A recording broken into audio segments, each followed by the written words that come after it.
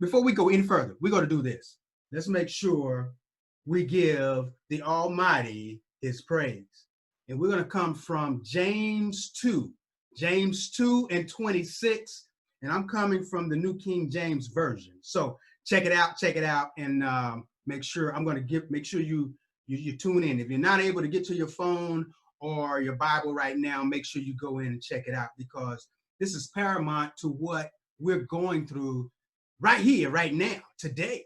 So we're going to go James 2 and 26 says, "For as the body without the spirit is dead, so faith without works is dead also."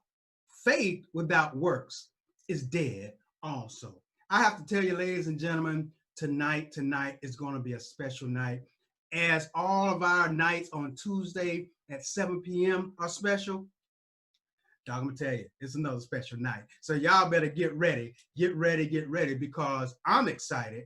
And you know, when I get excited, I get hyped. I get hyped. Okay, calm down. I'm calm. I'm calm now. I'm calm. But y'all get ready. We got a special guest on tonight. She's phenomenal, man. I'm telling you. She got a million things going on. When she sent me her bio, ladies and gentlemen, I was like, I know she don't expect me to read all of this, right? So, ladies and gentlemen, you know, I want us to give, you know, Edwana Harris a big round of applause for coming on. And she's an author. She's a social worker. She's a psychologist, and she's a mom of two. She's a psychologist because, all right, so she studied psychology. Okay, she's not a psychologist, but you know, you're gonna have to help me with some psychologist stuff. You know, everybody say I got some problems. Yeah. Well, ladies and gentlemen, let's please welcome. I'm gonna call her Ejanae because that's what I know her as, and when we get further into this, you will know why. Welcome, Ejanae. What's going on, girl? Oh God, you know, everything's going on. Yeah. I mean, everything really, like seriously, like we live in, this is, you know, quarantine time, pandemic time. And your scripture was like seriously right on point, because I could have taken this time, just like a lot of people, you know, and wasted it, for a lack of a better word, because one thing, even as a mother, and my kids are all in sports, and we are always on the go. I'm like, Lord, if it was more time in the day, more time in the day, and God gave us all the time we could need. For those who's not on the front line, God bless all of those, and we appreciate each and every one of you. But those of us that weren't, we had time. So businesses should have been birthed, books should have been birthed, podcasts, TV shows, scripts, houses, credit. I mean, it's so many things that we could have worked on during this time. I mean, the first week you like, what I'm supposed to do, you know? Right. And then you could have cleaned, your house should be clean. Like we went and re-cleaned some stuff that had been clean. Like houses should have been clean, clothes should have been out of our closet. We should be able to give. So every homeless person in the state of Georgia should not have any clothes. Like we all should be able to purge out of the closet. That I saw people on Facebook saying they had clothes that still had tags on it, and they know they can't wear it. But I'm just saying, we should be clean. Like absolutely.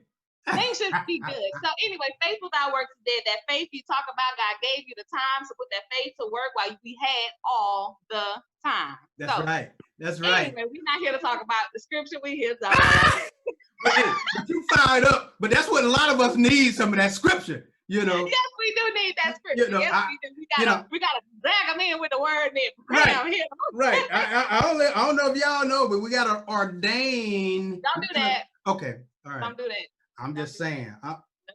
Am I spilling the beans? Yep. Don't do that. Okay. Nobody know that part of my life. Don't do that. Okay. Don't do that. But y'all need to get the book. We're gonna talk about that here in a minute. We're gonna talk about that. But you know, ladies and gentlemen, I have to tell you tonight is so special because our topic tonight is the question. Here we go. Is online dating acceptable?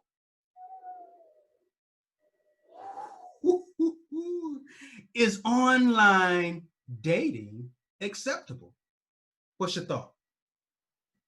In the day and time that we're in, yes. Because we are now in a place where we can't set our standards by the past. We have to set our standards for the future. And the future is online dating. The future is working from home. The future is hoverboards really flying in the air with our kids on it. Like, get my baby! But no. Yeah. We have to even not even just in the dating realm, even though that is the question, every aspect of our lives cannot base tomorrow off of yesterday, because the world we knew before March 13th, that world no longer exists. We have to now live for the future of 2021 and 2030 and on for, as far as God allows us to live, so online dating is what's up. And you're right. That is what's going on. And as you know, we have some positives of online dating and some negatives of online dating. I've seen both, being in law enforcement and being a part of online dating myself. I've seen both. I've seen the good and I've seen the bad. Hold on. I've seen the good in others because I've heard of others, meeting online and getting married, living happily ever after. Right. On the other hand, I've heard and seen, where women are being assaulted or even murdered, due to, being, meeting on individuals, strangers online, going out dating, and then they pay the ultimate price. So there's mixed emotions. Now, of course, I do my research, and I went to a couple of research sites and before the show, and I looked at the numbers, right? Mm-hmm. And it boggled me on how many Americans are online dating. 40 million Americans are doing online dating. Check this out. On my book. Ooh. How can we do that? I know, that's right. But check. Ooh, we gonna get there. Ooh, but check this. 52% are men. Wow. 52% are men, and 47% are women.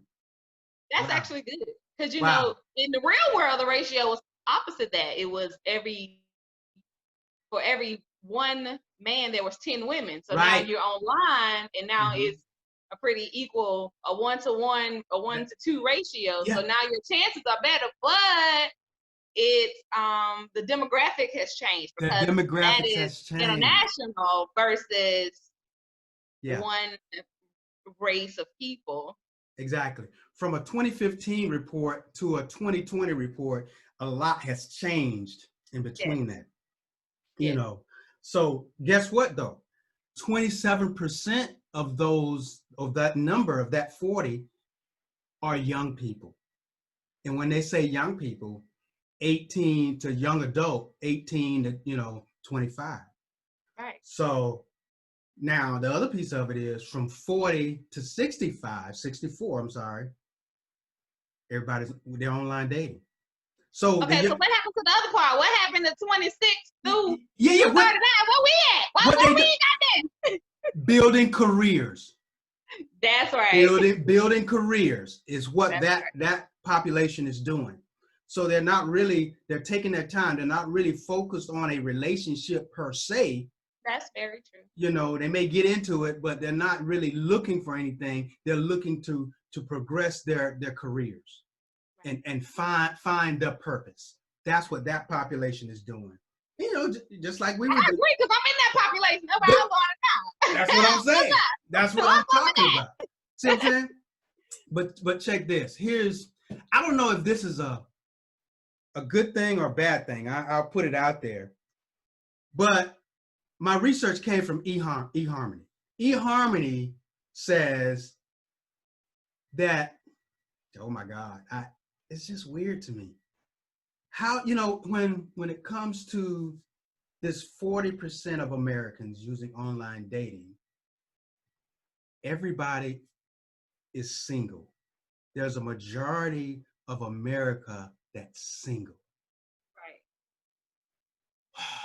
Right. I'm struggling with that now because I'm from the old school where you get into a relationship, you marry, you have kids, you live happily ever after.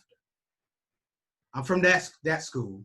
Right. Then I'm from the school of stay single, you get married until you find somebody that's worthy of being married to. Right. So talk to me. What's from a woman's perspective? What does that do? What does that say? What it says is that, like I said before, all of that is of the past. Now in the future, even though online dating there, it's up and down, but it was ups and downs with the traditional way as well. Those same things that happened with online was happening from the traditional way of dating or finding someone. But these days, it's two parts. So the first one, I'm gonna go all the way left, simply because TV is very prevalent in our lives. So we see a lot of reality TV, which bothers me a lot, especially for women my age and that age range. I'm gonna say we, but I'm not included. I'm just included by age, not by my status. They look for this reality TV show type of lifestyle, and that doesn't exist. Because to be truthfully with you, all of those reality TV shows that you see are scripted. So they are fussing and fighting and acting a fool and getting you to watch them, and they get millions and billions of reviews and views every week, and you follow them on Twitter and all these social media sites. When people like me, I'm giving you a real life, the upfront me, giving away money to people and helping your kids and this and that and the third, and I can only get 3 thumbs up when I'm the one that's really working in the community. But these individuals are not living a reality, because they give you this show on TV, and then when they get home, none of that exists. Like everybody they mad at, their best friends, they actually at somewhere eating and shipping and counting up their money in the bank, because they're like, girl, these fools really think we don't like each other. That's not the truth. That's not the truth. So my generation are reality show fanatics, and they feel that their lives should be that way. They like to live their lives on Facebook and with these fake relationships that don't last longer than you have your underwear on. I mean, it makes no sense. So therefore, reality is a lie. You build your reality. You can't build your life for somebody else or to mimic after something you've seen. Now, if you dreamed of something that's totally different, then you follow your dream. But don't let your dream be tainted by something you think is real when it's fake. That's the truth. Then the other side of that, those of us that grew up like you with that mindset, you get married one time and that's it. We are a lot of independent women, and it's just certain things we just like, look, it's not that I want to say, oh, I make more money than you, and it's not, no. We want to be the woman. We don't want to be the man. At least I don't. I don't want to be the man. I want to be the woman, but there's things that I'm not going to accept. That's right. And when you see that and you've tapped into who you are and you're very confident in who you are, people like to say, oh, she crazy. Oh, she wants too much. No, it's just that you can't bring me that, and you already know that, but you're trying to make me lower my standards to where you are, because you can actually make your standards higher and become the man you should be. Preach! But you refuse to do that because these women allow you to be just who you want to be, because they want somebody to be in their house. Well, baby, if you can't help me, then we ain't going. That's it. And that's that. That's it. Ooh-wee. Ooh-wee. I love it. I love it. Now, Ejanae, you're going to have to explain to them the difference between, I know you as both, but, Ijwana and Ejanae. All right. So I'm so upset with you. First of all, because you know better. I do. My name is Edwina. Edwina. Mr. Washington. I knew that. And my author name, which is also when I'm on radio or whatever I'm doing on TV productions, I'm Ejanae, which is also my name, which is Edwina E, and Janae is my middle name. So, and hence Ejanae. Boom. Both of them are me. They're just different parts of me. Edwina is the mama, the one that you see motivational speaking, the one Yeah. that's gonna kind of give you that, I'm gonna hit you hard, and then I'm gonna smile and love on you. Ethan A is the one that's gonna act a whole fool. We're gonna laugh the whole time. Everything that happened, I'm Yeah. gonna make a joke out of it. I'm gonna be loud and I'm gonna be Yes, silly, yes. and I'm gonna hug everybody. And y'all gonna be like, that girl is a whole fool, and that's who all of me is. That's all of me. Absolutely, absolutely. So, but now on a serious note, tell me about your foundation and how that came about. So this is the part people see me when I go into the public eye, which I'm also a live candidate to be a school board member for Henry County, in the county in which I live. Beautiful. Due to the death of my 9-year-old niece, like everything really for me, my life completely changed after her death. And with that, after she committed suicide, December of 2018, actually it was December the 3rd, one day after my oldest daughter's birthday. So my daughter's birthday would never be the same because her cousin committed suicide the day after her birthday. And I can talk about that later in book. That's something that I touch on in book number 2. Mm-hmm. So everything I do is always back to the foundation. So the foundation was built, which is called the McKinsey Foundation. I go and I'm a motivational speaker. I speak about bullying and domestic violence and suicide, because even though I've been in the school system right at 8.5, going on 9 years now, I've seen it all. I was very aware of it. And what really hurt me the most is that I've protected so many people's kids from bullying, and then my niece is takes her life due to the same thing. I've protected hundreds of kids from the very same thing. So her foundation, I built her foundation to do just that. Everybody's aware of bullying. I used to get tired of bringing bullying awareness. No, I'm bringing what bullies do to you. Right. I didn't bring you already aware of it. You aware. You just don't know how it's done. That's so right. my presentation, which is the 20 slide presentation, I give to the people, this is what happened. Not only because I know what happened to my niece and her story, but these are the stories that I protected your kids from that I know is real. You can't tell me it's not. I see it every day. I'm aware on it. You cannot tell me differently. So when I know something for a fact for myself, you can't sway me. I already know. So whatever you talking, I'll prove you wrong. And that's what I always do. So in my talks, I identify different characteristics of bullying. I call it the bullying ring.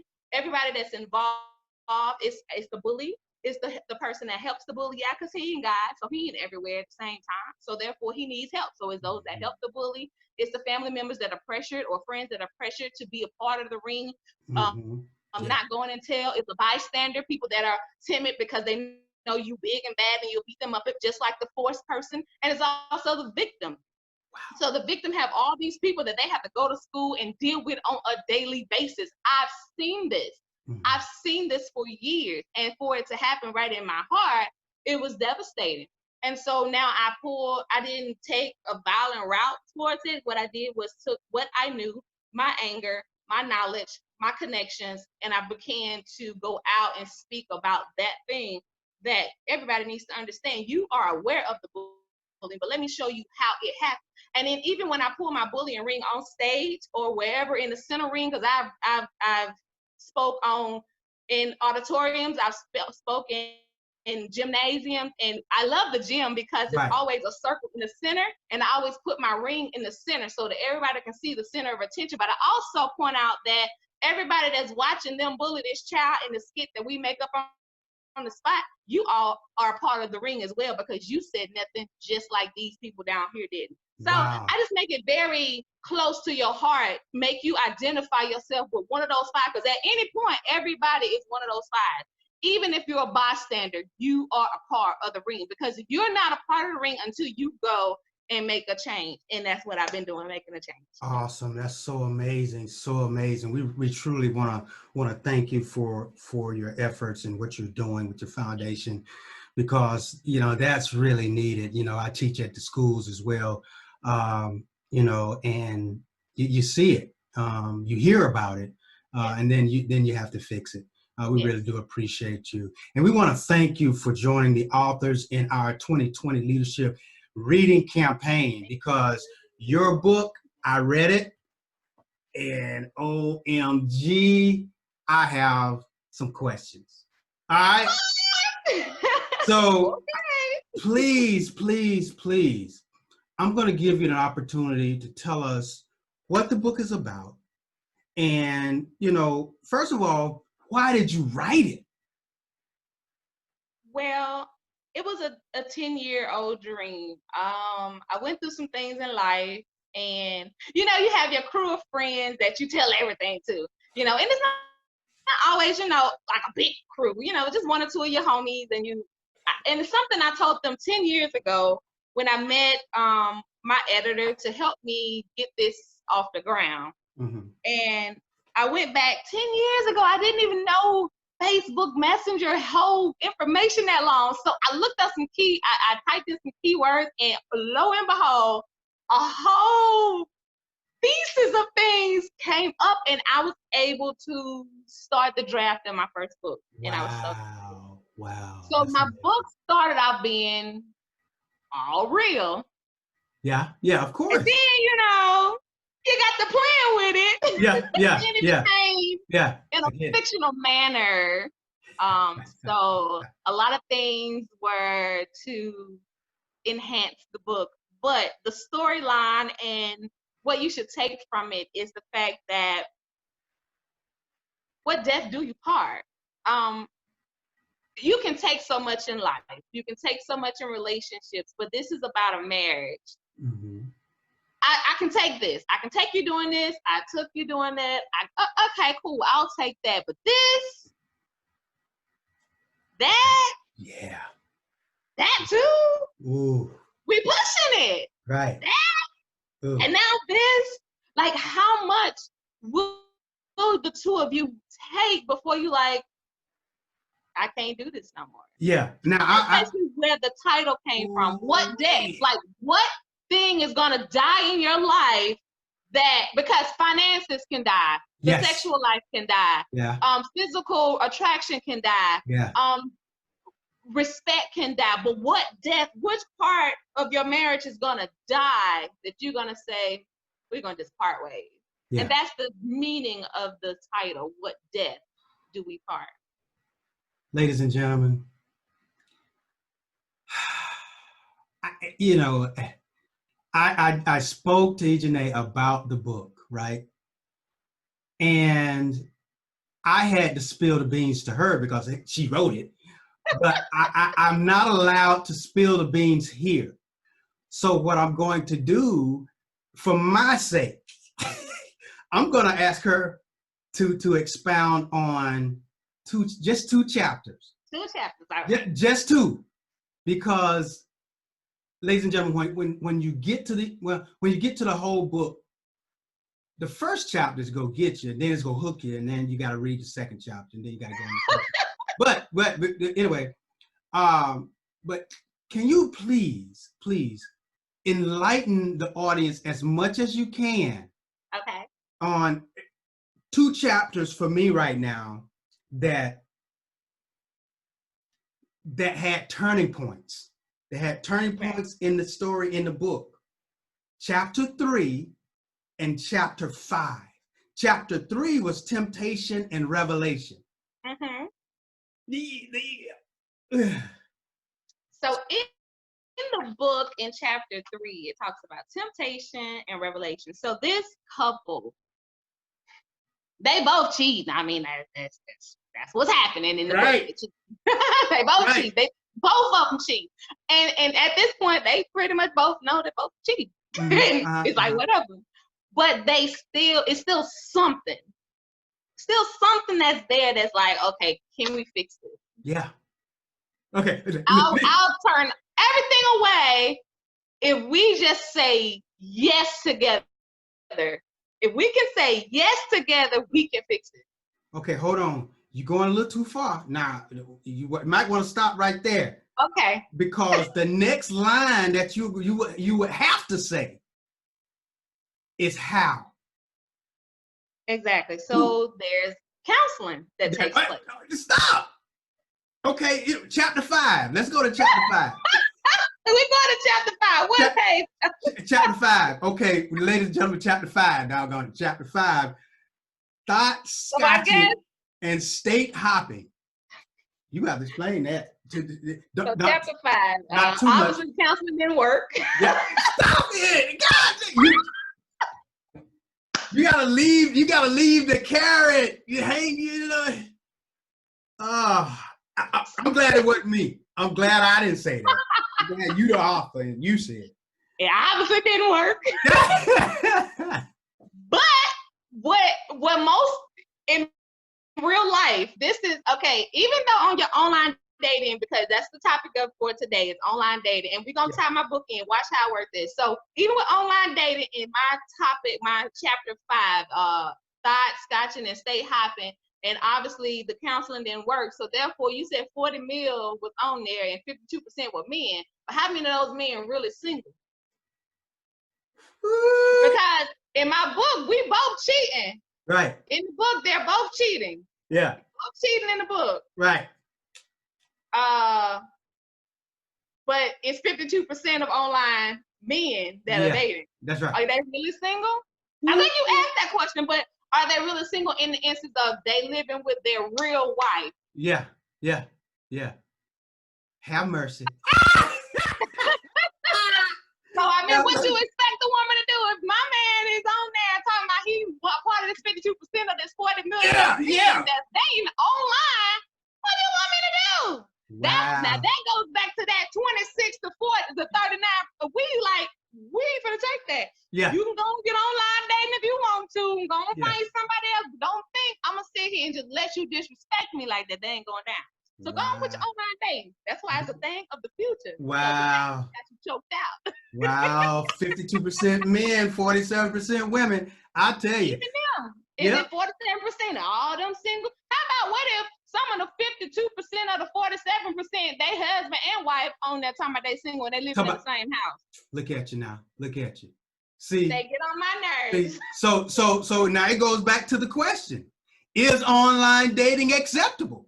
Yes, it is, because even when you was dating traditionally, men could take that ring off, women could take their ring off, and you say, "Oh, I'm living with my mama, or I'm living with my brother that moved in with me," and all that stuff. Everybody be lying. Yeah. They can lie in your face. They can lie online. It's up to you to ask the right questions, like, when the last time you got a divorce? Janae, how can we get your book? What Death Do We Part? How so can you can get my book, this one. You can get it on Amazon and you can type in "What Death Do We Part?" And you can even put my name, Janae Harris, and it's gonna pop up. You can even Google my book, and it's gonna bring it up on Amazon. I'm so excited. It is available on Amazon through this copy, actual hard copy, and through the Kindle download site. I'm also on PayHip. So it's www.pay, like pay me my money, Pay, and like your broke hip, HIP.com. So payhip.com. Those are the 2 ways that you can get my book.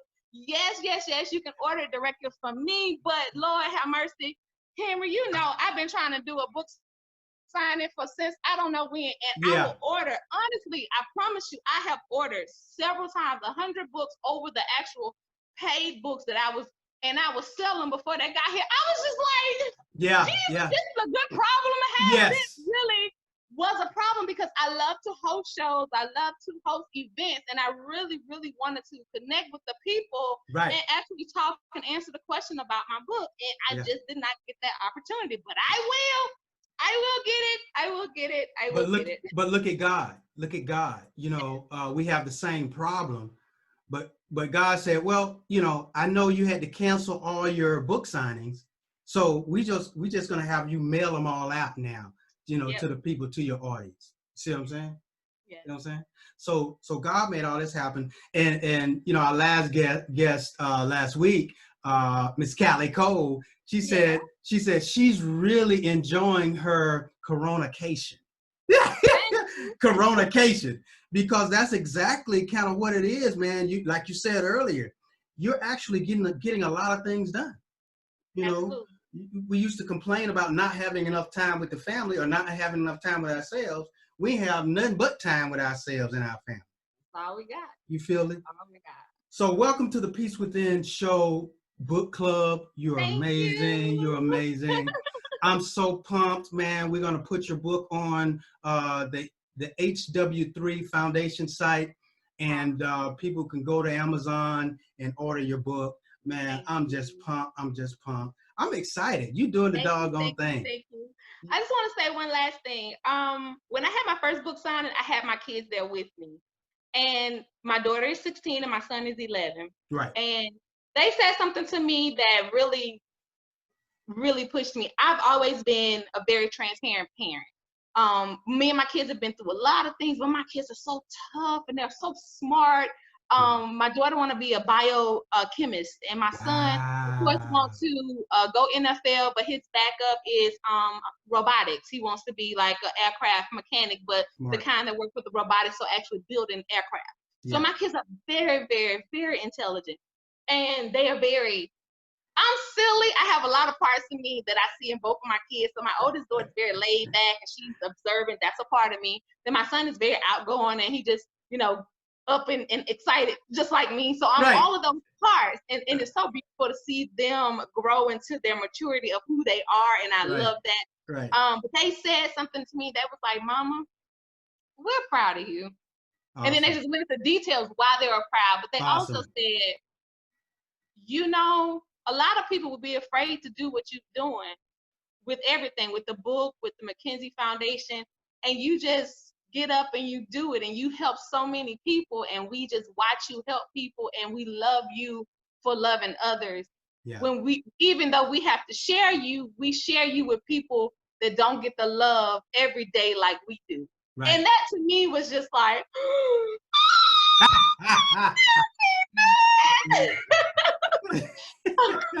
but it's so amazing that my kids' minds were that mature to even observe all of the things that they see me doing, and they don't mind me doing those things, and they definitely love being there with me as I do. Super, super. You're a wonderful mom, wonderful person, phenomenal woman. We really do appreciate you. Thank you for coming on the show. And look, man, you are welcome on the show anytime, right here on the Peace Within Show. Want to get me for book number 2? Ready. I'm ready. We got to get everybody else ready, though. We got to get everybody else ready. Oh, yeah. They should get ready, because the first chapter gonna confuse them. They're like, oh my God. Oh my God. Well, look, you have a wonderful day. Thank you. Don't hesitate to call in, comment, and your book will be on the site, this week. So everybody can know where to go and get it and blah, blah, blah. So we are pumped and excited for you, man. Thank you. Hey, stay up. Oh, yeah. And continue to enjoy. Yeah, continue to enjoy your Corona vacation. That's right, I will. All right. Love you, girl. Right. You take care. Talk to you later. EJ Harris, ladies and gentlemen. She's so awesome. Man, we love her. We love her. Her book is just awesome.